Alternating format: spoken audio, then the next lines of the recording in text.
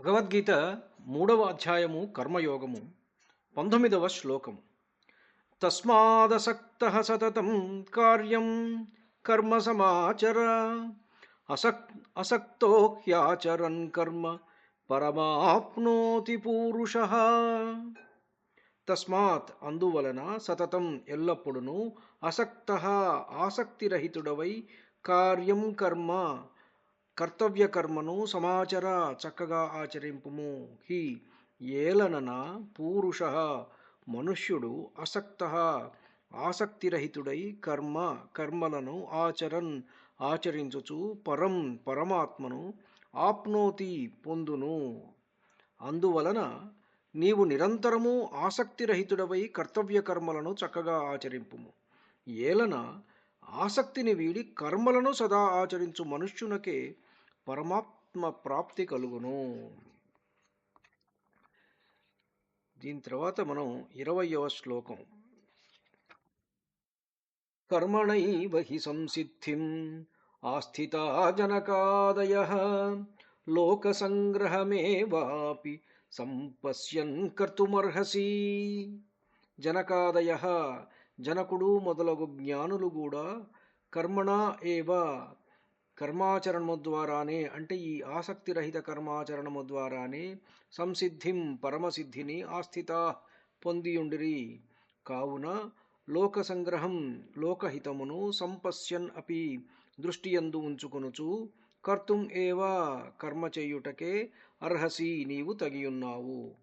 జనకుడు మొదలైనటువంటి జ్ఞానులు వారందరూ కూడా ఆసక్తిరహితంగా కర్మలను ఆచరించడం వలనే పరమసిద్ధిని పొందిన్నారు. కావున నీవును లోకహితార్థమై కర్మలను ఆచరించుటయే సముచితము అని చెప్తున్నారు కృష్ణ పరమాత్మ. ఆ తర్వాత ఇప్పుడు మనం 21వ శ్లోకంలోకి ప్రవేశిద్దాం. ఈ 21వ శ్లోకాన్ని చాలా జాగ్రత్తగా అర్థం చేసుకుంటే నేటి లోకల్లో ఉండే నీతి అంతా కూడా మనకు క్లియర్గా అర్థమవుతుంది. టుడేస్ అడ్వర్టైజ్మెంట్ వరల్డ్ కానీ, ఈ రోజునటువంటి రాజకీయ నాయకులు వారి ఫాలోయర్స్ కానీ, సినీ నటులు వారి అభిమాన సంఘాలు కానీ, ఇట్లా ఏవైనా ఇదంతా కూడా ఈ శ్లోకం నుంచి మనం చాలా క్లియర్గా అర్థం చేసుకోవచ్చు. మనుష్యుల యొక్క బిహేవియరల్ ప్యాటర్న్స్ని చాలా స్పష్టంగా our behaviour is confine to a pattern. ఒక ప్యాటర్న్ బిహేవియర్ ఏమంది, ఈ ప్యాటర్న్ ప్రకారంగానే ఉంటాం. ఈ ప్యాటర్న్ ఎట్లా ఏర్పడుతుంది అనేటువంటి దానికి ఇక్కడ ఈ శ్లోకంలో మనకు వస్తుందన్నమాట. యద్యదాచరతి శ్రేష్ఠః తతదేవేతరో జనః సయత్ ప్రమాణం కురుతే లోకస్తదను వర్తతే. యద్యద్ ఆచరతి శ్రేష్ఠః తత్తత్ ఏవం ఇతరో జనః సయత్ ప్రమాణం కురుతే లోకః తదను వర్తతే. శ్రేష్ఠః శ్రేష్ఠ పురుషుడు అంటే ద బెస్ట్ నిజంగా బెస్ట్ అయిన అయి ఉండాలి, మనుష్యుల దృష్టిలో వాడు బెస్ట్ అయిన అయి ఉండాలి. ఇక్కడ రెండు ఉన్నాయి. బెస్ట్ అన్న అయి ఉండాలి, శాస్త్రం చెప్పినట్టుగా బెస్ట్ అన్న అయి ఉండాలి, లేకపోతే మనుష్యులు వాళ్ళ పర్సెప్షన్లో వాడు బెస్ట్ అన్న అయి ఉండాలి. యత్ ఏమేమి ఆచరింతురో ఇతర జన సముదాయము తత్తత్ ఏవ అట్టి దానినే ఆచరించును. అతడు యత్ ప్రమాణం దేనిని ప్రమాణముగా కురుతే చేయునో లోకము తదనువర్తతే దానిని అనుసరించి ప్రవర్తించును. శ్రేష్ఠుడైన పురుషుని ఆచరణమునే ఇతరులను అనుసరింతురు. అతడు నిలిపిన ప్రమాణములనే లోకులందరూ పాటించెదరు. Boost is the secret of my energy అని తెందూల్కర్ గారు అనగానే బూస్ట్ సేల్స్ పెరుగుతాయి. ఎందుకు? ఆయన దాన్ని ప్రమాణంగా చూపించాడు. అలానే ఒక ప్రసిద్ధమైనటువంటి సినీ నటుడు ఈ కాలరు, ఈ బెల్ బాటము, లేకపోతే ఇంకో క్రాఫు ఇట్లా వేసుకుని స్టైలిష్గా సినిమాల్లో కనపడ్డాడు అనుకోండి, అదే విధంగా ఉండడానికి అతని అభిమానులు ప్రయత్నం చేస్తారు. రాజకీయ నాయకులు అవినీతి బాగా చేస్తూ ఉంటే అందరూ చేయట్లేదా, మేము మాత్రం ఎందుకు చేయకూడదని చెప్పి ప్రజలు కూడా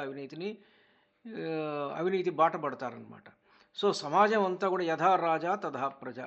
ఎవడైతే శ్రేష్ఠుడైనటువంటి వాడు ఉంటాడో వాడిని మాత్రమే ఈ ప్రపంచం అంతా కూడాను అనుసరిస్తుంది. గొప్పవాడు అంటే నాయకుడు ఏ విధంగా ప్రవర్తిస్తాడో మిగతా ప్రజలు అదే విధంగా ప్రవర్తిస్తారు. అతడు ఏది ప్రమాణంగా చూపిస్తాడో లోకం దానినే అనుసరిస్తుంది. ఉపదేశం కన్నా ఆచరణే బలమైనది అని స్పష్టంగా చెబుతున్నది ఈ శ్లోకం. అంటే ఎవడు ఏదైతే చేస్తాడో, చెప్పటం కాదు, చేసేదాన్నే ప్రజలు ఫాలో అవుతారనమాట. నాయకులు అవినీతిని ఆచరిస్తే ప్రజలు దానిని సహజంగా భావిస్తారు. నిజాయితీగా ఉంటే సమాజంలో నైతికత పెరుగుతుంది. చట్టాల కంటే కూడా నాయకుల ప్రవర్తనే దేశ సంస్కృతిని నిర్ణయిస్తుంది. ఇక మన మనం ఉద్యోగం చేసేటువంటి ప్రదేశాలలో, ఆఫీసుల్లో మేనేజ్మెంట్ అండ్ కార్పొరేట్ లైఫ్, మన పై బాస్ ఆలస్యంగా వస్తే ఉద్యోగస్తులు కూడా, మిగిలిన ఉద్యోగులు కూడా ఆలస్యంగానే వస్తుంటారు, అలసత్వాన్ని చూపిస్తారు. మేనేజర్ క్రమశిక్షణలో ఉంటే టీం అంతా కూడా బాధ్యతాయుతంగానే ఉంటుంది. ఉపాధ్యాయుడు నిజాయితీగా పరిశ్రమగా ఉంటే విద్యార్థుల్లో అవే లక్షణాలు ఉంటాయి. ఉపాధ్యాయుడు బోధించకుండా హాయిగా సీట్లో కూర్చొని మంచిగా కాళ్ళు వేలాడేసుకొని ఏదో ఆవులిస్తూ కూర్చుంటే పిల్లలు కూడా అట్లనే తయారవుతారు. కేవలం బోధన కాదు, వ్యక్తిత్వమే పాఠ్యపుస్తకం. అంటే గురువు యొక్క వ్యక్తిత్వమే పిల్లలకు పాఠ్యపుస్తకం అన్నమాట. అలానే కుటుంబ జీవితంలో కూడా తల్లిదండ్రుల మాటల కంటే వాళ్ళ ఆచరణే పిల్లల్లో చాలా ఎక్కువగా ప్రభావం చూపిస్తుంది. ఇలా ఉండాలి అని చెప్పటం కాదు, ఇలా ఉండటం అనేటువంటిది చాలా ముఖ్యం. ఇవాళ సోషల్ మీడియా అండ్ సెలబ్రిటీ ప్రభావం కూడా చాలా ఎక్కువగా ఉంది. సోషల్ మీడియా ఇన్ఫ్లుయెన్సర్స్ ఉన్నారు. వీళ్ళు ఏం చేస్తున్నారో అదే ఈ రోజున మనకు చాలా, ఎవ్రీబడి ఈజ్ ఫాలోయింగ్ దట్. కాబట్టి ప్రసిద్ధుడైన వ్యక్తి తన ప్రవర్తనను మాత్రం ఎప్పుడూ జాగ్రత్తగానే ఉంచుకోవాలి. ఇంకొక ముఖ్య విషయం ఏమిటంటే, మన ప్రవర్తన, ఎవరికి వాళ్ళు తమ తమ వ్యక్తిగత ప్రవర్తనను ఒక్కసారి ప్రతి నిమిషము తాము ఏమేం చేస్తున్నారు అనేటువంటిది ఒక డిఫరెన్షియేట్ చేసుకుని, అంటే చిన్న చిన్న భాగాలుగా విడగొట్టుకొని వారి వారి ప్రవర్తనని చూస్తే, వాళ్ళని ఎవరెవరైతే ప్రసిద్ధుడైన వ్యక్తి అని వాళ్ళ మనస్సులలో ఉన్నదో, ఉదాహరణకు నేనున్నాను, నాకు ప్రసిద్ధుడైన వ్యక్తి అని ఎవరైతే మనసులో ఉన్నారో ఆ విధంగానే నేను మోడల్ చేస్తాను. That is called as modelling అనమాట. అంటే మనం అంతా కూడా, మన బిహేవియర్ అంతా కూడా it is the sum total of all these different behaviours of the great people whom we have perceived that in our perception they are great. ఎవరెవరైతే గొప్పవాళ్ళు అని అనుకున్నామో వాళ్ళ బిహేవియర్ని మనం మనదిగా చేసుకొని ప్రవర్తిస్తూ ఉంటాం అన్నమాట.